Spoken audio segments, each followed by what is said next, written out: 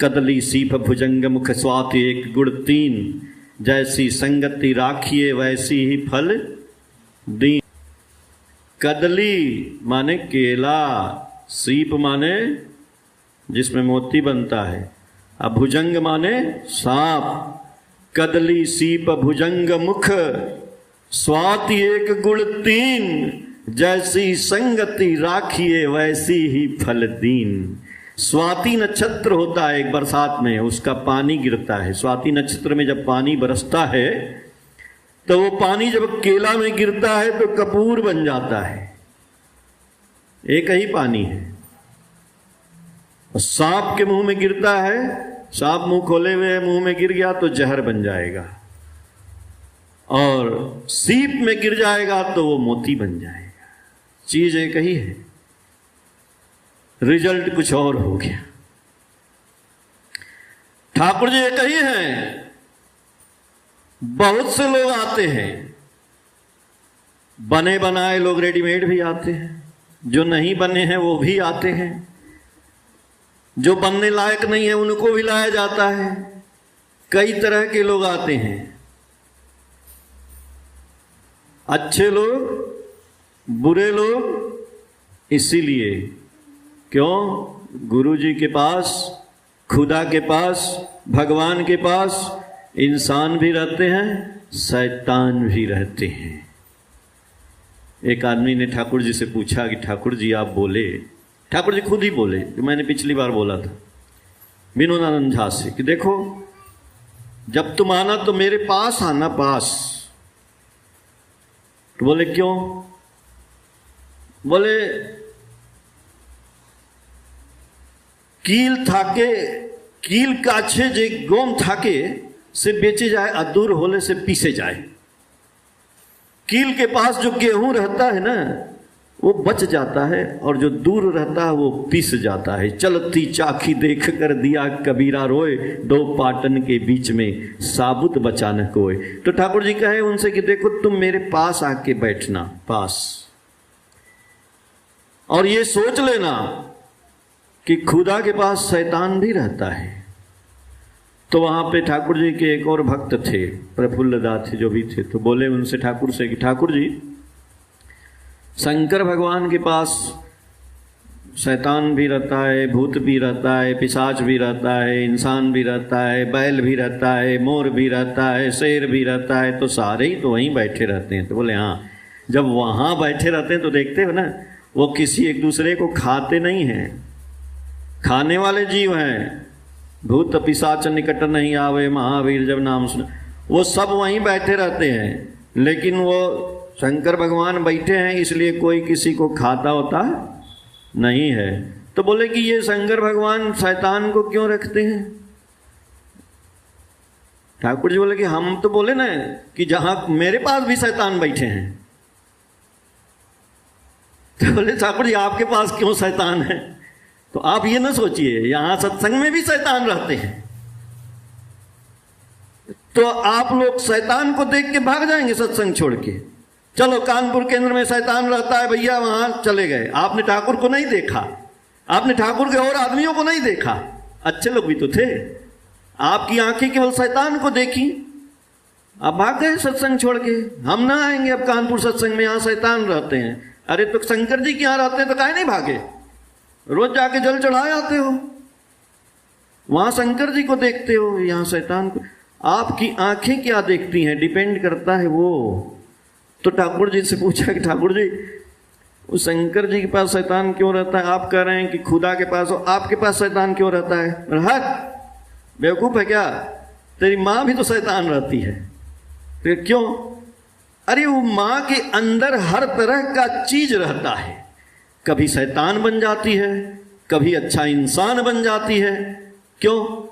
शैतान बनती है बच्चों को डराने के लिए, वो भी होना जरूरी है कि जब वो डराते हैं डर के मारे ठीक हो जाते हैं। तो ठाकुर जी बोले तो हम इसीलिए शैतान भी पाले हैं कि तुमको ताकि डराए ना, वो ये थोड़े कि मार के खा जाए, थोड़ा डराने के लिए भी शैतान होता है। ठाकुर जी पता है ना, एक बंदर आश्रम में था, बंदर पाले, तो बंदर को ठाकुर जी बोले, लोग बोले कि ठाकुर जी ये बंदर ना जहाँ जहाँ जाता है किसी का कपड़ा फाड़ देता है, किसी का खाना रखा है लेके भाग जाता है, किसी का गेहूं फैलाया है चीर देता है। बंदर को ठाकुर जी या तो बांध के रखा जाए या इसको आश्रम से हटाया जाए। ठाकुर जी बोले कि अच्छा, बंदर को हम इसीलिए खोल के रखें ताकि तुम लोग सावधान से रहो, तुम अपना कपड़ा ठीक से रखो, तुम अपना सब कुछ सामान ठीक से रखो। बंदर को हम इसीलिए रखें कि तुम्हारे लिए रखें। तो शैतान भी ठाकुर जी इसीलिए रखे, हम ही लोगों के लिए रखे कि वो शैतान भी हम लोग उससे समझें, कुछ ज्ञान लें, कुछ उपलब्धि करें। तो एक माँ बैठी थी वहां पे, बैठी थी तो एक गाय आई, एक गाय का बछड़ा आया, वो उनको ऐसे रगड़ने लगा। गैया आती है ना, कभी ऐसे रगड़ देती। तो देखियो ठाकुर जी बोले, देख गाय तुमसे कितना प्यार कर रही है, तुम भी प्यार करो। तो उन्होंने गाय को ऐसे सहलाया गर्दन पे। कोई भी गाय को आप सहलाएंगी ना तो ऐसे गाय कर देगी, और सहलाइए। कुत्ता को करेंगे, कुत्ता भी करेगा ऐसे, और सहलाइए। तो ठाकुर जी बोले, इसको जानती हो क्या कहते हैं? गाय को तुमने सहला दिया, ये भी प्रेम है। लेकिन ये कैसा प्रेम है? इसको ठाकुर जी बोले कि इसको बोलते हैं अनुसंधित सुसेवा। आप लोगों ने सुना होगा अनुसंधित सुसेवा, नारी नीति में या ऐसे भी बहुत जगह है। तो वो बोले कि जो किसी गाय को सहला दिया, किसी ने आपसे कोई रास्ता पूछा, किसी का आपने कुछ छोटा मोटा काम कर दिया, मदद कर दिया, रोज करते हैं तो हेल्प कर दिया, किसी को डॉक्टर बता दिया, उसका इलाज हो गया, इसको बोलते हैं अनुसंधित सुसेवा। ये सेवा में आता है। तो बोल रहे हैं कि यदि कोई आदमी, कोई भक्त एकदम कुछ नहीं करता है, यदि नाम ध्यान भी नहीं कर पाता है, कुछ नहीं कर पाता है, वो यदि ये भी अनुसंधित सुसेवा भी करता है तो भी उसका कल्याण हो जाएगा। सेवा में हाथ तो बटाता है, लोगों को रास्ता बताता है, लोगों को अच्छी बात देता है, लेता है, जो भी करता है। तो आज हमारे आचार्य देव लोग बैठे हैं, तो आचार्य देव के पास एक सज्जन गए थे, उन्होंने अपने रोग की बात की। तो आचार्य देव ने उनकी बात को सुन करके उनको बोला कि भाई इस डॉक्टर को दिखा लेना, उस डॉक्टर को दिखा। डॉक्टर को दिखाने के बाद जब वो आए, ठीक हो गए, तो बोले कि दादा बहुत बहुत आपका जो है धन्यवाद, हम जो है डॉक्टर को दिखाए और ठीक हो गए। तो बोले ये आचार्य देव जो बता रहे हैं वो भी अनुसंधित सुसेवा है। उन्होंने सेवा नहीं, हाथ से नहीं किया, लेकिन उन्होंने बताया, उनके परामर्श से वो आदमी ठीक हो गया। तो आपने भी वो सेवा किया। तो यही कह रहे हैं कि हमारा आचरण, बोलते हैं ना कि जिस स्वभाव में चलता फिरता, जैसा करता कार्य, अचलन भी होता उसी तरह, चरित्र भी होता उसी प्रकार। तो वो जो कदली सीप भुजंग वाली बात बोले, तो कदली सीप मतलब ठाकुर जी का नाम तो सबके अंदर पड़ गया। तो कोई आदमी उसमें से बहुत अच्छा बना, सब अलग अलग आदमी बने। ये नहीं है कि हर आदमी एक ही टाइप का बन जाएगा, हर आदमी नहीं। ठाकुर जी का एक काम कर रहा है तो सब वही करने लगेगा। कोई कुछ कर रहा है, ठाकुर जी का काम कहीं से भी कर रहा है, वो कहीं से भी। ठाकुर जी का जाजन, अब जाजन में क्या करेगा? खाली मुंह से बोल बोल के सबके कान में दौड़ा के नहीं। जाजन उनका प्रचार हो रहा है, कैसे कर रहा है वो उसके ऊपर डिपेंड करता है, कर रहा है तो वो उसकी बात है। इसीलिए ठाकुर जी बोले कि जिस स्वभाव में चलता फिरता, जैसा करता कार्य, चलन भी होता उसी तरह, चरित्र भी होता उसी प्रकार। तो हम ठाकुर जी के रास्ते पे चलेंगे तो हमारा चरित्र और स्वभाव ठाकुर जी की तरह से धीरे धीरे हो जाएगा।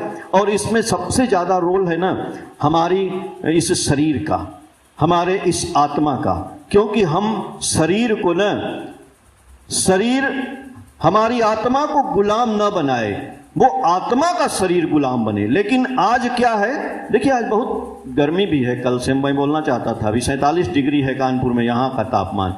तो आप लोग ज़्यादा वो नहीं, घूमना भी नहीं है धूप में निकल करके, इस शरीर की रक्षा भी करनी है। अगर आप अपने शरीर की रक्षा नहीं कर रहे हैं तो ये आपके ठाकुर जी नहीं करेंगे। हम ठाकुर जी का नाम लेके अब पूरा धूप में घूम रहे हैं और जब उधर मरने लगेंगे तो कहेंगे ठाकुर जी नहीं बोले हैं। ठाकुर जी बोले हैं हर एक कदम, भैया बाहर जाते हैं छाता लेके जाइए, पानी लेके जाइए, सावधानी से जाइए।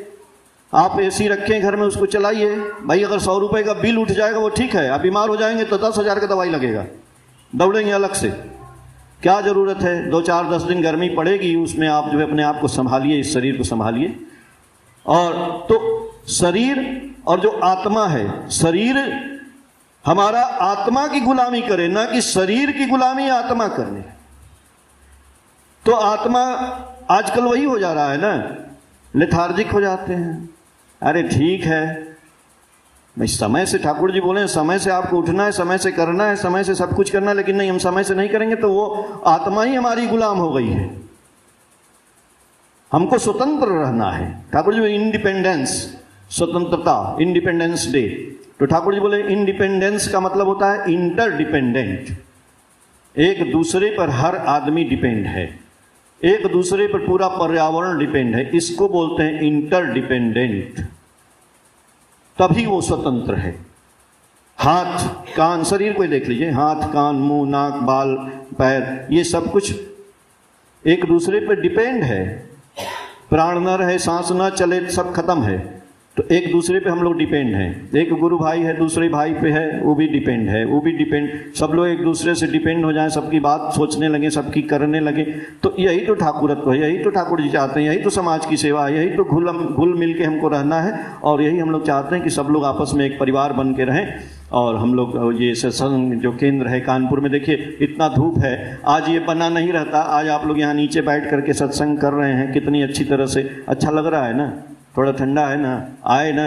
अगर ये नहीं रहता, हम लोग अपने घर में बैठे हैं, कोई झालमुड़ी खा रहा है, कोई पकौड़ी खा रहा है, कोई चाय पी रहा है, कोई कुछ मतलब नहीं।